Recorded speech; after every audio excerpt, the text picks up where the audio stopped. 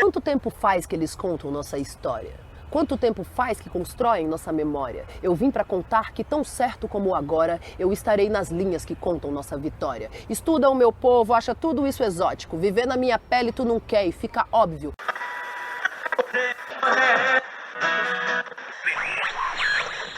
Você que é quase negra, na pele, mas você é uma pessoa inteligente.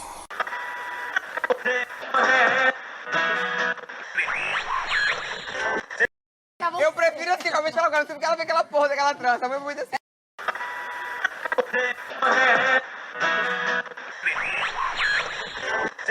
Ai, meu Deus do céu, você tá deprimido por conta de uma negra. Que falta do que fazer, Não fala, não fala.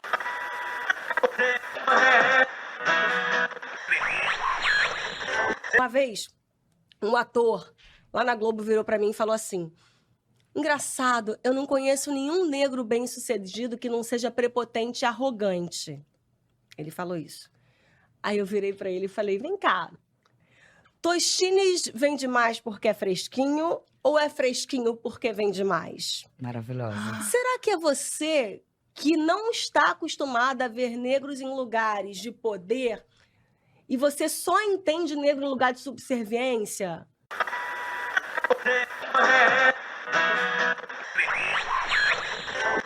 Brancas sem brio, dizia meu avô, vendidas ao ouro daquela mulata, que não podendo com seu dinheiro mudar a própria cor, satisfazia-se em ter a seu serviço, criadas de uma raça a que desejaria pertencer. Talvez julgasse assim humilhar as brancas.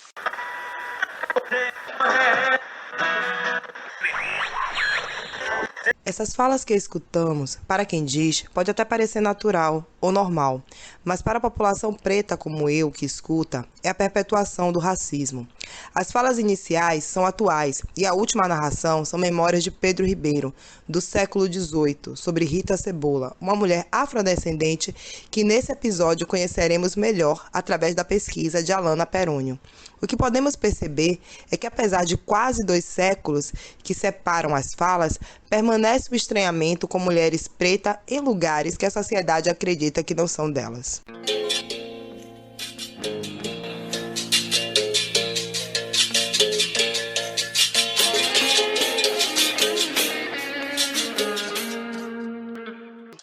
Olá, parabólicas e parabólicos, eu sou Jamile Palafoz e esse é o Parabólica Bahia, o seu podcast favorito.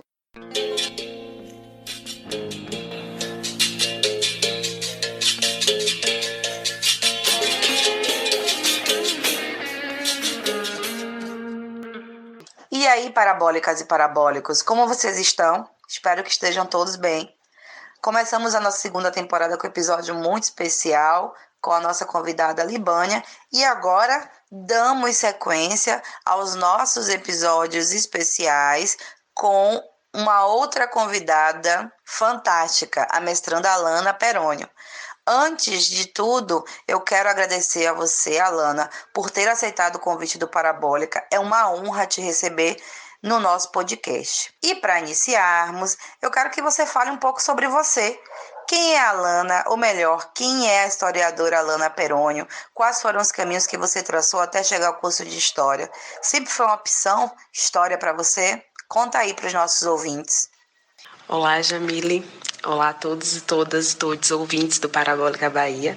Gostaria de agradecer ao convite, dizer que para mim é uma honra estar participando do podcast Parabólica Bahia, embora seja a primeira vez que estou aqui enquanto entrevistada. Bom, como você mesma falou, meu nome é Alana Perônio, eu sou natural de Alagoinhas, sou uma mulher negra, vinda de uma família negra e de feirantes, que foram quem deu toda a base para que eu pudesse concluir os meus estudos. Hoje eu sou licenciada em História pela Universidade Estadual de Feira de Santana e estou desenvolvendo projetos de mestrado pela Universidade Estadual de Campinas. Eu entrei na graduação com o objetivo de estudar as mulheres jornalistas em Alagoinhas na década de 60 e foi fruto de uma curta experiência que eu tive na Fundação Iracigama, que é um centro de estudos históricos da cidade, mas ao longo da graduação, mais especificamente na disciplina de Brasil 1, eu mudei os rumos de pesquisa do trabalho de conclusão de curso para estudar mulheres negras no século XVIII, mais especificamente na Bahia. E nesse processo de construção enquanto pesquisadora, eu busco enfatizar a importância do trabalho das mulheres na história e como também o trabalho influenciava no cotidiano delas, principalmente no século XVIII, na cidade de Salvador, para ser mais específica. E aí, a partir disso, eu busco entender um pouco das redes de solidariedade e sociabilidade estabelecidas por elas. Na abertura do episódio, a gente traz um trecho falando um pouco de uma mulher negra, que ganhou o destaque na Bahia do século XVIII. Uma mulher que vai ganhar destaque por uma série de fatores. A gente vai falar um pouco sobre isso ao longo da nossa conversa. Mas antes de entrar no seu processo de pesquisa, eu queria que você falasse um pouco mais sobre essa mulher, que você nos apresentasse Rita Gomes da Silva, popularmente Rita Cebola, e principalmente por que Rita Cebola. Eu acho que é uma curiosidade, quando a gente fala do título do seu trabalho, acho que a primeira curiosidade das pessoas é saber por que ela era conhecida como Rita Cebola. Rita Gomes da Silva, ou Rita Cebola, como ficou popularmente conhecida, era uma mulher parda que viveu na Bahia durante a segunda metade do século XVIII, mais especificamente na freguesia da Conceição da Praia, em Salvador. E eu não consegui estabelecer ainda quais são as origens de Rita, mas eu consigo traçar um panorama da vida dela entre as décadas de 1780 e 1805, ou seja, até ali o comecinho do século XIX, que é onde eu estipulo mais ou menos a data ou o ano que ela veio a falecer. Rita foi uma mulher que ficou conhecida pelo luxo que ela costumava esbanjar, mas o que poderia parecer muito comum a uma sociedade colonial, para ela tem um outro marcador, que é o fato dela ser parda. E isso causava um certo incômodo nessa sociedade. Eu posso observar esse marcador, tanto do luxo que ela costumava esbanjar, quanto o fator da cor dela na documentação levantada e na bibliografia que me antecede também na pesquisa de Rita. Até o momento, eu não consegui identificar nenhuma documentação que explicite o porquê que ela ficou conhecida como Rita Cebola. E eu tenho duas hipóteses. A primeira delas é que, como Rita ficou conhecida pelo luxo que ela esbanjava, a cebola poderia ser uma referência à quantidade de tecidos ou de vestidos que ela utilizava, e poderiam ser vestidos sobrepostos, e aí, por conta disso, ela recebeu a alcunha de Rita Cebola. A minha segunda hipótese, que é inclusive a que eu tenho uma maior identificação, é de que esse cebola seria uma referência às diversas camadas em que Rita se mostrava, no sentido de que ela sabia como estabelecer contatos, ela sabia se locomover entre pessoas das diversas camadas sociais. E essa minha ideia é reforçada também pela definição das palavras cebola e cebolinha no dicionário de Rafael Butô. A gente que estuda a colônia é um dicionário de referência e ele traz as seguintes referências para cebola, abre aspas, enganar grosseiramente, fecha aspas, e cebolinha, abre aspas, se diz familiarmente do que se mete com pessoas de maior graduação e se tem nela nesta conta ou cedo, fecha aspas. Ou seja, Rita sabia, e eu consigo identificar isso na documentação, o que fazer ou como tratar as pessoas de diversas camadas sociais. Então, por conta disso, eu suponho sim que a alcunha dela de cebola esteja ligada a este fato. Interessante, porque a gente consegue perceber como a sua pesquisa ela vem avançando, sobretudo quando você traz novas possibilidades em torno de quem foi Rita Cebola. Eu acho que isso é importante. Eu vou voltar para a gente conversar sobre essa questão das hipóteses, porque uma hipótese me chamou a atenção, mas antes eu queria te fazer um outro questionamento. Interessante quando você fala que você começou a desenvolver um trabalho pensando as mulheres na década de 60 e depois os seus caminhos são levados para que você volte ali para o século XVIII e você passe a desenvolver o trabalho sobre Rita Cebola. E me fez pensar uma questão, porque quando você começa o texto do seu TCC, você fala que pretende mostrar algumas das escolhas e os caminhos que foram seguidos por Rita Gomes da Silva, para que ela conseguisse uma autonomia e uma independência, porque ela busca por isso. E você faz isso muito bem. Inclusive, eu queria te parabenizar, o seu texto é maravilhoso mesmo. Você consegue fazer isso. Mas o interessante é que, enquanto pesquisadora, trajetórias, nós sabemos que à medida que a gente vai recuando os séculos, há uma dificuldade da gente pensar em encontrar a mulher negra nas fontes. Há um silenciamento por uma série de questões. Então eu queria saber de você como foi tratar esse desafio do silêncio das fontes, do silêncio da mulher negra nas fontes, do silêncio de Rita Cebola nas fontes, que há uma dificuldade, ainda que você consiga apresentar e trazer Rita Cebola muito bem. Sim, concordo plenamente contigo em relação a esse silenciamento da história das mulheres negras na documentação. E embora a gente tenha avançado bastante no sentido de conhecer mais sobre essas mulheres no período colonial e no período do Império também, avançamos no sentido de estudos coletivos, quanto também nos estudos de trajetória. No entanto, não é uma coisa assim que eu posso dizer que dada, né? É aquele trabalho de formiguinha. Em um documento diz alguma coisinha, em outro documento já diz outra, e aí a gente vai juntando parte dessa trajetória, e na maior parte das vezes a gente vai ter um recorte temporal das trajetórias. Como eu falei, eu não tenho ainda a origem de Rita. Eu tenho a documentação referente ao período em que ela foi casada, ou que ela foi viúva e veio a se casar novamente. Então, é um esforço de juntar pedaços que deixam escapar sobre a trajetória de Rita. Como eu falei, a mudança da pesquisa aconteceu na disciplina de Brasil 1, né, os estudos de colônia. E aí, nesse processo, eu tinha 2 documentos que deram base à minha iniciação científica. O primeiro deles era parte do testamento de Inocêncio José da Costa, o segundo marido de Rita. E a segunda documentação era as memórias de Ana Ribeiro de Góes Bittencourt, onde ela está falando do avô materno dela, né, o Major Pedro Ribeiro, e que esse major conheceu Rita Gomes da Silva. E aí a gente tem 2 pontos importantes dessa documentação. A primeira é que o testamento é de Inocêncio, ainda que ele tenha dito que parte dos bens estão sendo distribuídos em nome de Rita, o testamento ainda é dele. E no caso da Ana Ribeiro de Góes Bittencourt, como teve um certo conflito na relação dele com Rita, pesa muito na escrita dela um rancor que parece hereditário. E, obviamente, eu não posso me guiar apenas pelos relatos da Ana Ribeiro de Góes Bittencourt, tampouco me guiar apenas pela versão que o Inocêncio José da Costa apresenta da Rita Cebola, né? E aí foi quando eu comecei a investir numa versão que trouxesse mais a individualidade de Rita. E aí eu fiz isso na monografia. E por quê?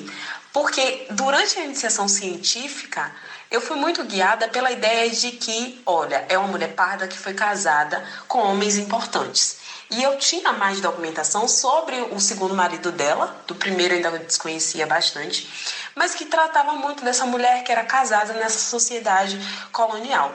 E isso me inquietava porque eu tinha para mim que Rita não era só isso. Rita não era apenas a mulher de alguém. E aí eu passei, então, para a monografia, tentando trazer mais dessa individualidade de Rita, né? Uma mulher que não era importante apenas por ter sido casada com homens importantes, mas deixar mais claro a relevância dela na administração das suas posses, na administração das posses do casal.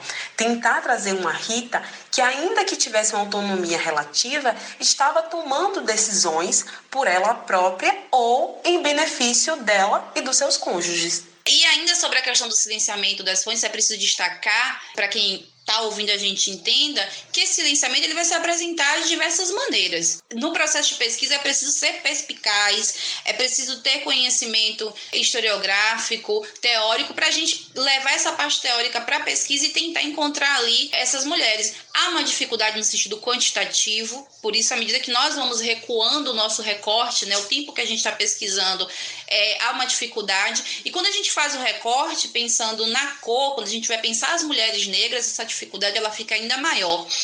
E na grande maioria das vezes essas mulheres são apresentadas a partir de uma imagem que é construída. É uma imagem social que é construída em torno delas e a gente precisa entender como esse processo ele vai sendo desenvolvido. Estudando mulheres no final do século XIX, eu vejo que em muitos casos as mulheres que recebiam adjetivos como desordeiras, mulheres que eram barulhentas e que na grande maioria das vezes eram presas por conta dessas contravenções, eram mulheres que estavam no seu meio de trabalho, mulheres que, assim como Rita Cebola, circulavam na concessão da praia mercadejando e muitas das vezes eram presas. Então, a forma como elas trabalhavam era silenciada e elas eram apresentadas apresentadas para a sociedade a partir de um outro olhar. E me chama a atenção quando você traz as duas hipóteses, aí eu vou voltar para o seu comentário sobre quem era Rita Cebola, porque você traz duas hipóteses. Uma de que Rita, ela estava ali negociando dentro daquela sociedade e isso vai surgir a partir da forma como ela se comporta, e uma outra que surge a partir da forma como ela se vestia. Eu queria que você me falasse um pouco, Alana, como é que você pensou essa imagem que é construída em torno de Rita, uma imagem que coloca ela a partir de um apelido de Rita Cebola. E você fala que você se identifica muito mais com a segunda hipótese. Eu queria que você falasse um pouco para os nossos ouvintes por que dessa identificação com a segunda hipótese. É muito importante a gente tratar desse imaginário, porque esse imaginário que a gente tem sobre as mulheres negras também não está distante desse silenciamento sobre a história das mulheres negras, né? Ou a participação das mulheres negras ao longo da história. Quando eu comecei a pesquisa, o meu primeiro imaginário era de que tinha sido uma mulher importante na sociedade, ou que tivesse recebido um destaque social por conta do luxo que ela esbanjava, inclusive sendo uma mulher parda, que foi casada com esses dois homens importantes. E quando eu vou para o relato da Ana Bittencourt, ainda que seja um relato terceirizado, essa mulher está sendo descrita como uma mulher que esbanjava muito luxo e que também esbanjava da sexualidade dela para conseguir esse luxo. A menção que a Ana Ribeiro faz é que haviam boatos de que ela tinha envenenado o primeiro marido, no caso a Rita tinha envenenado o primeiro marido, o Leandro, para poder se casar com o segundo marido, Inocêncio José da Costa, e que supostamente eles dois já vinham tendo envolvimentos amorosos antes do falecimento do Leandro. E aí a primeira sensação que eu tenho é de indignação, porque claramente essa ideia da sensualidade exagerada, né, de utilizar a sua sexualidade como instrumento de conquista, é associado de uma maneira muito negativa às mulheres negras ao longo da história. Para além disso, ou seja, além dela supostamente ter um amante, né, o Inocêncio José da Costa, ela também é acusada de envenenar o primeiro marido, o Leandro da Silva Braga. E isso também está atribuído às mulheres africanas e afrodescendentes de modo geral, o que contemplaria Rita, porque, como sabemos, essas mulheres também tinham conhecimento de manipulação de ervas. E como que esse imaginário é construído de uma forma muito negativa. E aí eu lembro que eu cheguei a comentar em um determinado momento de como que isso vai influenciar nas impressões que as pessoas tiveram da mulher negra como luxuosa e não como vaidosa, da mulher negra que poderia sim ser uma referência de beleza em determinados momentos da história, mas que isso é sempre atribuído a uma sexualidade exagerada, né, um sentido vulgar da coisa.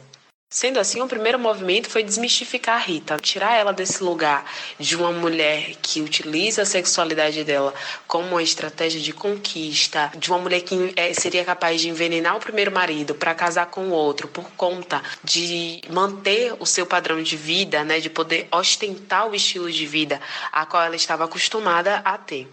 Dessa forma, eu passei a buscar a vida do Leandro. Não encontrei muita coisa, mas encontrei o registro de óbito dele, em que não consta a causa da morte, o que pode ser entendido como uma morte de causa natural. E Rita fica como única testamenteira e herdeira desse matrimônio, né? Fica responsável por administrar as posses do casal, né? As posses herdadas do primeiro casamento. Nesse processo, ela leva 8 anos até se casar novamente com o Inocêncio José da Costa. E aí fica o questionamento do que essa mulher fez durante esses 8 anos. Eu vou para a documentação eclesiástica, encontro Rita batizando alguns escravizados e escravizadas dela.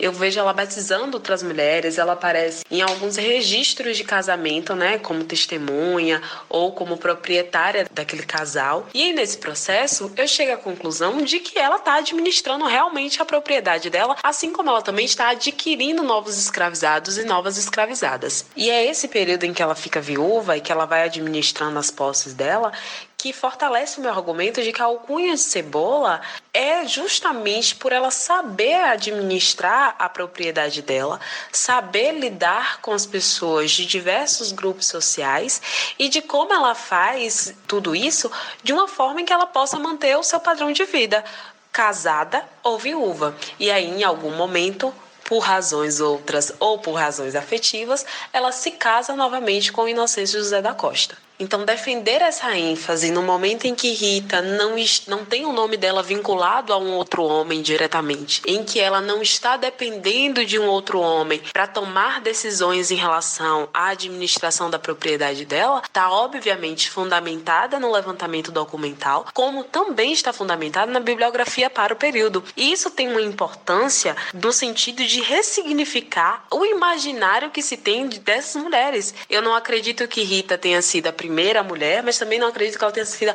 a última mulher a administrar suas posses, sejam enquanto viúvas, sejam enquanto solteiras, sejam elas mulheres africanas, pardas ou outras nomenclaturas para as afrodescendentes. A Lana tem uma questão, sempre falando acerca desse imaginário, e a gente fazendo essa discussão em torno do imaginário que é construído sobre as mulheres negras no geral. E tem uma questão relacionada à Rita Cebola que fica muito latente, que seja talvez um incômodo daquela sociedade em torno da estética dela. Não sei se você concorda comigo. E que também é uma discussão atual. Porque o que a gente percebe hoje é que essa beleza e essa estética da mulher negra, quando não é ridicularizada, ela é de alguma forma apropriada fora do contexto. Então eu queria que você falasse um pouco dessa questão e tem um outro ponto que me chama a atenção. Eu queria que você falasse como é que você vê, de que modo essa análise e esses comentários feitos por Ana Ribeiro lá no século XX, salvo engano, me corrija se eu estiver errada, de alguma forma colaborou para a construção dessa imagem de Rita. E quem é Ana Ribeiro? Porque eu acho importante a gente destacar quem é Ana Ribeiro dentro desse processo. Eu vou começar pela segunda, porque ela encaminha a resposta da primeira. E aí, meu povo, tá gostando dessa conversa massa que Jamile está tendo com a Lana? Vou interromper aqui rapidinho para lhe pedir um favor, mas é bem rápido. Se estiver gostando, se inscreva no nosso canal e ative o sininho. Assim, quando lançarmos novos episódios, o YouTube mandará uma notificação para você. E dê um joinha também. Isso ajuda muito o nosso canal a crescer. A Ana Ribeiro, ela é uma romancista baiana, que morou mais especificamente no Recôncavo Baiano, nascida e criada por lá. Ela tem uma significativa importância, para a literatura baiana, mas essa obra em específico é um compilado dos diários dela, que foi publicado já no finalzinho do século XX. A Ana Ribeiro escreve esses diários no contexto do século XIX. E aí, ao analisar essa fonte, eu tive que ter alguns cuidados específicos de estar trabalhando com os diários. Porque, assim, o primeiro fato é que a Ana Ribeiro, ela não conheceu a Rita Gomes da Silva. Ela ouviu a narrativa do avô e, a partir dele, ela registrou aquilo que era possível sobre a Rita Gomes da Silva. O segundo é o contexto em que a Ana Bittencourt está inserida. Ela escreve em meados do século XIX, onde esses debates, as questões raciais, estão muito aflorados numa fundamentação científica da coisa. E o terceiro é a intenção desse registro. Quando ela registra nos seus diários, e é tanto que o primeiro volume é subtitulado, O Major Pedro Ribeiro, e aí a dinâmica dele, as atuações dele dentro do processo de independência, ela não se preocupa em trazer verdade sobre Rita, mas mencionar que ele conheceu ela. Então, assim, eu não vou guiar a minha leitura sobre Rita a partir da Ana Bittencourt, mas trazer as visões que ficaram registradas sobre ela como uma forma de fortalecer os meus argumentos. Então, assim, Rita era uma mulher que ficou, de fato, conhecida pelo luxo que ela esbanjava, mas que esse luxo, do meu ponto de vista, não vai ser atribuído ao fato dela ser uma mulher vulgar ou ao fato dela utilizar a sexualidade dela como uma estratégia de conquista para se manter ostentando esse luxo. E isso me leva à resposta da sua primeira pergunta, Rita não era apenas uma mulher que estava ostentando o luxo ao qual ela tinha acesso. Ela era uma mulher parda que tinha a possibilidade de ostentar o luxo ao qual ela teve acesso. E aqui eu vou citar duas documentações muito específicas. O relato do Major Pedro Ribeiro, ainda que por vias da Ana Bittencourt, em que ele reafirma a todo momento um pesar de futilidade no momento em que ele conhece Rita. Obviamente ele está contando isso depois de receber um não dela, sobre a extensão do prazo. E aí ele vai destacar que quando chegou, ela estava vestida luxuosamente. Ela chama duas outras escravizadas com duas bacias. Uma vai estar com uma bacia bacia de água e outra vai estar com uma bacia de anéis.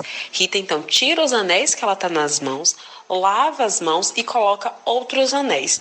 De acordo com o Pedro Ribeiro, isso é uma forma dela ostentar de uma forma muito fútil, muito absurda, o luxo que ela podia estar esbanjando. E a segunda menção é um processo no Tribunal da Relação da Bahia em que Rita é mencionada como uma mulata que esbanja muito o luxo. Então isso era realmente uma coisa conhecida tanto por pessoas que precisavam negociar com Rita, quanto por pessoas que estavam no alto escalão da administração colonial em Salvador e que estava comunicando a Lisboa alguns acontecimentos. Esse acontecimento é um processo em que Rita está envolvida sobre um esquema de corrupção no Tribunal da Relação. Então, o pesar de ressignificar a cor dela, né, que inclusive o governador da Bahia depois responde a favor de Rita e corrigindo a cor dela de mulata para parda e reafirmando que de fato ela era conhecida por essa ostentação, né, por esse luxo, mas que isso muito facilmente e muito provavelmente poderia ter sido insignificante se a gente estivesse falando de uma mulher branca. Então, assim, eu não atribuo apenas a Ana Ribeiro de Góes Bittencourt o fato da Rita ter ficado conhecida como essa mulher parda, luxuosa, que se casou com homens importantes. Tanto a documentação do período confirma isso, quanto a Ana Bittencourt, de certa forma, contribuiu para que a historiografia também reafirmasse essa ideia. E que isso, não de forma generalizada, vai resumir a Rita. Isso também não vai ter só uma conotação negativa dos aspectos de Rita, mas entender que Rita, assim como diversas outras mulheres que viveram no mesmo período que ela, são figuras muito mais complexas do que caixinhas limitadas à sua sexualidade, aos seus casamentos ou ao luxo que ostentavam, à miséria em que estavam expostas, no caso de outras mulheres que já foram investigadas e que ainda serão investigadas. Várias vezes você fala, Rita era uma mulher parda. Eu queria que você falasse, para quem vai nos ouvir, o que é ser uma mulher parda na Bahia do século XVIII, principalmente em termos mesmo da cor, da pigmentação da cor da pele. É interessante você me perguntar isso, mas é também complexo. Por quê? Porque para o século XVIII, essas nomenclaturas de cor vai depender muito dos olhos de quem está registrando na documentação. Por exemplo, nos batismos em que Rita está madrinhando alguém ou está levando seus escravizados e suas escravizadas para serem batizados, ela é declarada como parda. No testamento do Inocêncio José da Costa, ele declara que a cor dela não é incógnita. Para Ana Bittencourt e para a acusação do Tribunal da Relação, ela é uma mulata. E aí a minha conclusão foi tanto no sentido quantitativo, quanto no sentido qualitativo dessa análise de fontes. Eu tenho um número maior de batismos me dizendo que ela era parda. O fato do Inocêncio dizer que a cor dela era incógnita dizia muito sobre ele também. Ou fosse para que não contribuísse para os boatos negativos sobre ela, ou também para se proteger, né, porque ele faz esse testamento em vida, ele ainda está vinculado a irmandades, a Santa Casa de Misericórdia, né, a instituições que vão ter algumas restrições, tanto da limpeza de sangue dessas pessoas desses homens que estão sendo admitidos nessas instituições, como muitas das vezes pedem a limpeza de sangue dos cônjuges dessas pessoas e dos filhos legítimos ou ilegítimos que essas pessoas vão ter ao ingressar nas instituições. Enquanto isso, eu tenho a Ana Ribeiro, essa documentação do Tribunal da Relação, dizendo que Rita era uma mulher mulata. Ou seja, eu tenho 2 documentos que estão trazendo uma visão negativa de Rita e que estão dizendo, olha, ela era uma mulata. Mais gritante ainda é a resposta do governador da Bahia corrigindo a cor de Rita para parda, como se isso colocasse ela em um outro patamar de qualidade social. E aí, na menção da Ana Ribeiro de Góes Bittencourt, ela vai dizer que o prazo do avô só foi concedido porque um amigo dele falou com o Inocêncio e conseguiu negociar essa extensão. Só que ela também avisa que, olha, o Inocêncio tinha negado porque um outro comerciante já tinha falado com ele que o Pedro Ribeiro não iria pagar essa dívida. Então, ela justifica o fato do Inocêncio ter negado o pedido, mas ela não justifica o fato de Rita, muito provavelmente também ciente desse outro comprador, né, desse outro negociante, de que o Pedro Ribeiro não iria pagar a dívida. E aí ela deixa, muito provavelmente por influência do avô, mas ela deixa claro que isso foi resolvido entre os homens. E fica para o leitor e para a leitora a parte em que ela diz, parafraseando o avô, que aquela mulata não fazia questão de servi-lo, não estava disposto a servi-lo. Sendo assim, tanto do ponto de vista quantitativo quanto do ponto de vista qualitativo, para mim era mais viável declarar Rita enquanto uma mulher parda, até porque eu estou fundamentada nas fontes que eu encontrei. E isso também me dá os indicativos de que ela vai ter uma ascendência africana ou afrodescendente, né, que vai colocar ela nesse limbo, posso dizer assim. Ela não é uma mulher branca, mas ela também não é uma mulher preta, né, no sentido de preta, como referência a africanas.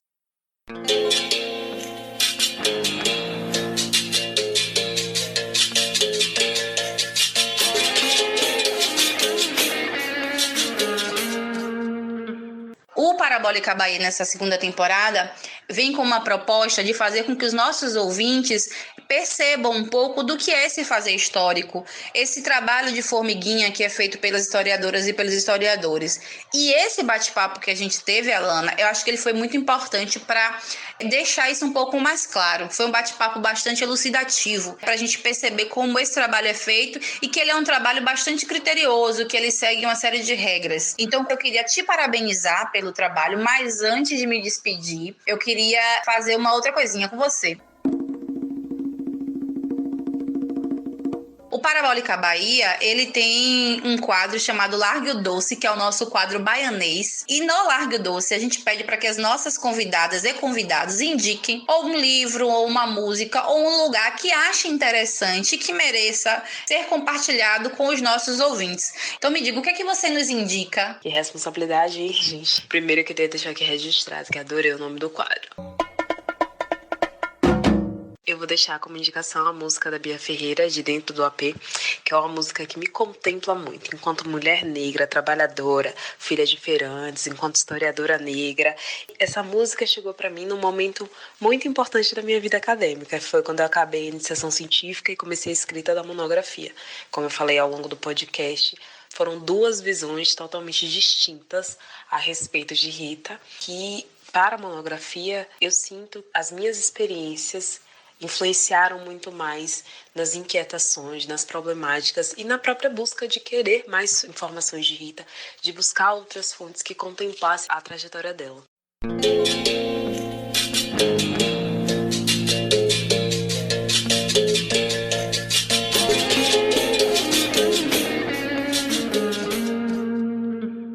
Para a composição desse episódio, tivemos na produção roteiro e apresentação, Jamile Palafoz, narração das ilustrações, transcrição da entrevista e roteiro de edição, Cláudia Lopes, edição e mixagem, Neide Oliveira, gestão de mídia, Cláudia Lopes e Jamile Palafoz. A trilha sonora é de Lucas Gigal. Nossa vinheta foi produzida por Verônica Ribeiro e Ed Santana.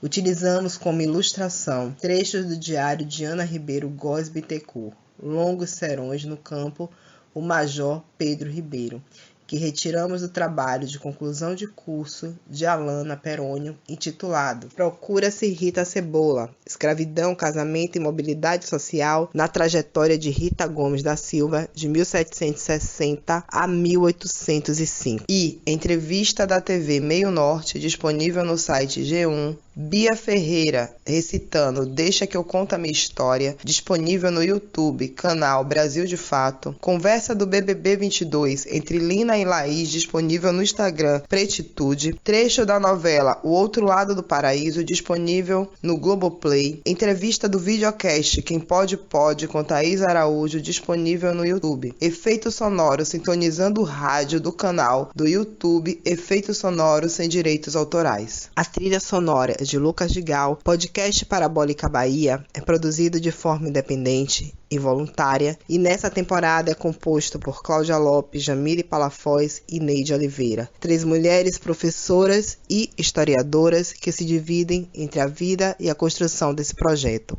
Se você gosta do nosso trabalho e deseja contribuir para que possamos melhorar a cada dia, nossa chave Pix é e-mail parabolica.bahia@gmail.com.